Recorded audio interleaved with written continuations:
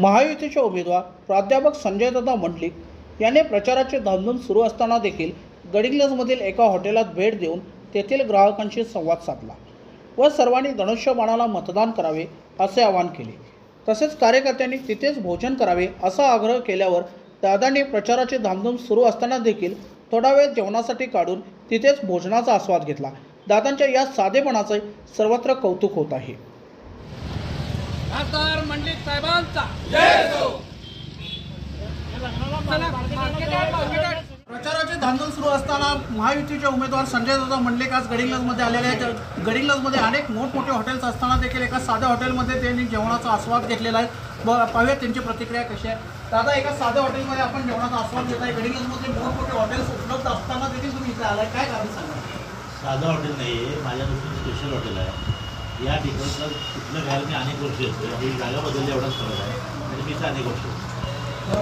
दादा, आपल्यासोबत आज कार्यकर्ते कोण कोण आहेत? माझ्याबरोबर या शहरातले शिवसेना, राष्ट्रवादी, RPI सर्व पक्षाचे कार्यकर्ते आहेत। तर विशेषतः चुकून सर्व जाती जमातीचे मंडळी आहेत। मराठा आहेत, मुस्लिम आहेत, धनगर आहेत, भोर आहेत, दलित आहेत, खाटीक आहेत, लिंगायत आहेत, दलित समाज आहे, बहुजन समाज, सगळे कार्यकर्ते आहेत। आणि काय प्लॅन करून नाही, मी आलो म्हणजे सगळे प्रचार करतो, जे नंतर जेवायला होतं। दादा, माझा अजून एक पुढचा प्रश्न आहे। आपल्यासाठी पंतप्रधान नरेंद्र मोदी स्वतः प्रचारात उतरलेले आहेत, त्याचबरोबर जनतेच्या दारात देखील आपण स्वतः जात आहे। जनतेचा प्रतिसाद आपल्याला कसा मिळतो? जनतेचा अतिशय उत्तम प्रतिसाद विशेषतः वाढता मिळतो। मी भाग्यवान आहे असं मी नेहमी म्हणतो। तर माझ्या उमेदवारी अर्ज करायला या राज्याचे मुख्यमंत्री उपमुख्यमंत्री अजितदादा आले। माझ्या प्रचारसभेसाठी खुद्द पंतप्रधान त्याच्यापेक्षा वेगळं भाग्य असू शकतं।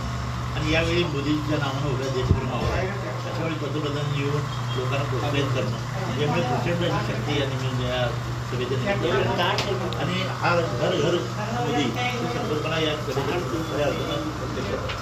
दादा, त्याचबरोबर अब की बार 400 पार ही जी मोदीजींनी घोषणा दिलेली आहे ती तुम्ही कशी साध्य करणार? अब की बार 400 पार मोदीजींनी घोषणा दिली, तर लोकांच्या मनामध्ये ते आहे।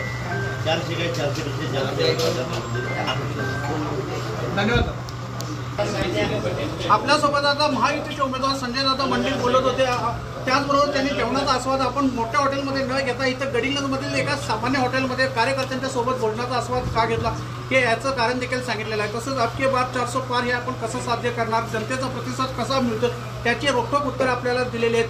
त्यामुळे संजयदादांना गडिंग्लजमधून चांगलं मताधिक्य मिळण्याची शक्यता या माध्यमातून व्यक्त होत आहे। सत्यवार्ता न्यूजसाठी धनंजय शेट्टी, गडिंग्लज।